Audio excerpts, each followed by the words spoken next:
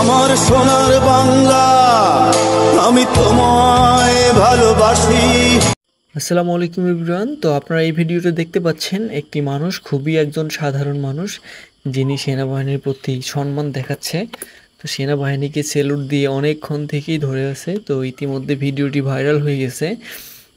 তো দেখতে পাচ্ছেন একটি জীর্ণ শীর্ণ ড্রেস পরা, একটা শার্ট পরা, সাথে গলায় গামছা পেঁচানো রয়েছে এবং রয়েছে তার পরনে একটি লুঙ্গি।